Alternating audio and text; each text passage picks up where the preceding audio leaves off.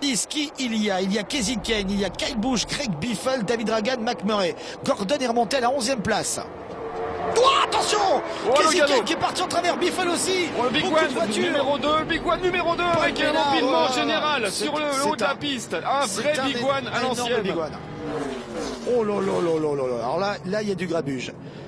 Il y a du grabuge. Il y a même une voiture qui se retrouve Kyle Busch est sur le toit. Le toit. Wow. David Gilliland, ici en gros plan, voiture 26, derrière Kyle Busch est caché, mais il est à l'envers. J'espère qu'il va bien. Alors c'est pas David Gilliland, Philippe, c'est la voiture 38 Gilliland. Ah pardon, oui. Voiture 30. Il va bien, il va bien. Et on l'écoute, peut-être que vous l'avez aussi vous au niveau de la radio. Incroyable, c'était Cole Witt qu'on a vu juste à côté de Kyle Busch. Même les caméramans sont déboussolés. Kyle Busch sur les 4 fers en l'air et un paquet de voitures impliquées, encore plus que le Big One de tout à l'heure. Alors qu'on est au 100e tour. Qui vient de passer en marche arrière. Oh là là, je sais pas d'où c'est parti, mais alors c'est parti très très vite et violemment. On a vu Logano aussi qui a pris un sacré choc. Regardez le 22. Alors là, on est en tête de course, comme tout à l'heure, ça part de la tête de course. Logano qui pousse, qui pousse. Ça part de Kasey Kahne, je crois, qui est sorti du trafic à un moment donné. Il y avait Harvick aussi qui collait littéralement à Logano et après ça tape dans tous les sens.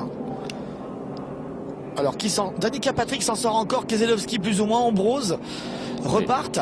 Et là, c'est Cole Witt presque au ralenti qui vient sauver la voiture de Kyle Busch et la mettre à l'envers, sous un autre angle.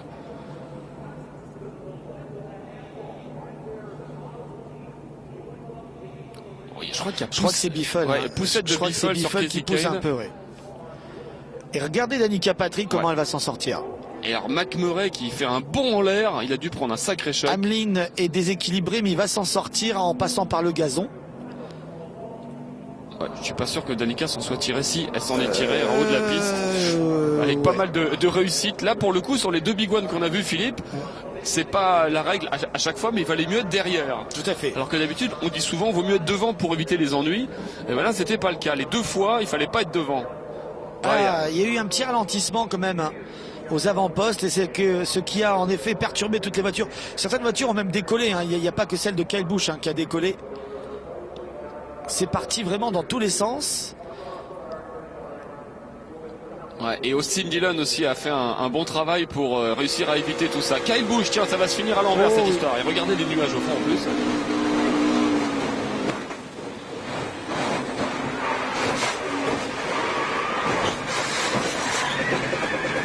C'est pas fini. Et hop, à l'envers. Incroyable, il a subi combien 6 ou 7 chocs au moins. En fait, c'est pas la vitesse qui l'a fait retourner, c'est sa position certainement à l'équerre sur l'inclinaison.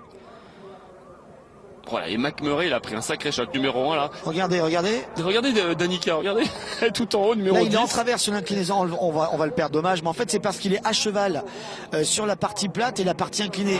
Il a les roues arrière sur la partie plate, les roues avant sur la partie inclinée, et en fait, quelqu'un vient carrément le soulever un petit peu comme un levier. Elle a subi un petit choc à l'arrière, mais c'est tout. Elle s'en tire très très bien pour le coup. Elle n'a pas eu de chance tout à l'heure dans les stands et là, elle en a un peu. Keselowski s'en sort aussi.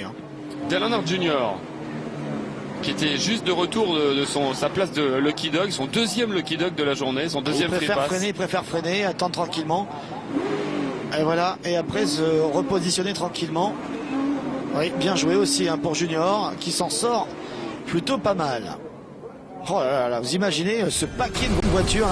Là, il y en a pour des millions de dollars, cette histoire. Et Kyle Busch qui est remis à l'endroit. Ça me rappelle un peu la mésaventure de Michael Waltrip à Daytona il y a quelques années.